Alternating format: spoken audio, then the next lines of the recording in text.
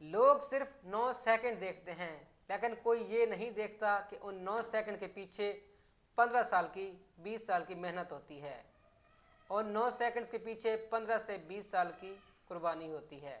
جی میں بات کر رہا ہوں یوسین بولٹ کی، جو دنیا کے اب تک کے ٹاپ ایتھلیٹ میں شمار ہوتے ہیں۔ یوسین بولٹ جمائکا کے ایک چھوٹے سے گاؤں میں پیدا ہوئے۔ ابتدائی طور پر انہیں بہت ساری مشکلات کا سامنا کرنا پڑا۔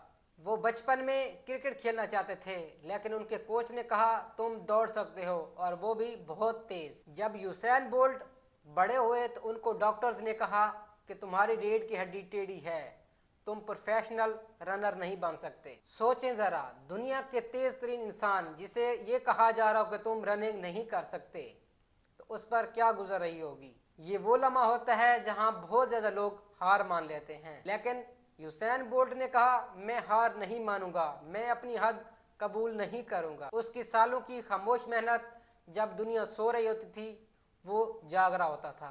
روزانہ گھنٹوں کی پریکٹس، درد کے ساتھ دوڑ، ڈسپلن اور فوکس۔ بولٹ نے سرجری کروائی، فیزیو تھراپی کروائی تاکہ وہ دوڑ میں حصہ لے سکے۔ یوسین بولٹ جب انٹرنیشنل لیول پر ہے تو وہ کئی بار انہیں ناکامیوں کا سامنا کرنا پڑا۔ اولمپکس میں ناکام ہوئے، ورلڈ چیمپئن شپ میں کئی بار انہیں ناکامی کا سامنا کرنا پڑا۔ پھر آیا بیجنگ اولمپک 2008۔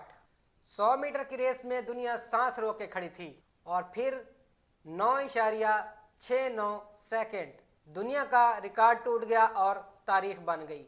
یوسین بولٹ دنیا کا تیز ترین انسان بن گیا۔ لوگ بولے کیا ٹیلنٹ ہے، کیا کھلاڑی ہے، کیا قسمت ہے۔ یوسین بولٹ کہتے ہیں میں نے سالوں تک محنت کی تاکہ لوگ مجھے 9 سیکنڈ تک دیکھ سکیں۔ پھر آیا 2009، اس نے اپنا ہی بنایا ہوا ریکارڈ توڑ ڈالا۔ 100 میٹر ریس 9.58 سیکنڈ میں فاصلہ طے کر دیا۔ اسی طریقے سے اس نے ٹوٹل 19 گولڈ میڈل جیتے، جس میں اولمپک اور ورلڈ چیمپئن شپ شامل ہے۔ اس میں ہمارے لیے سبق یہ ہے، اگر آپ محنت کر رہے ہیں تو نتائج ایک نہ ایک دن ضرور ملیں گے۔ فوکس رکھو، صبر رکھو اور اپنے مشن پر لگے رہو۔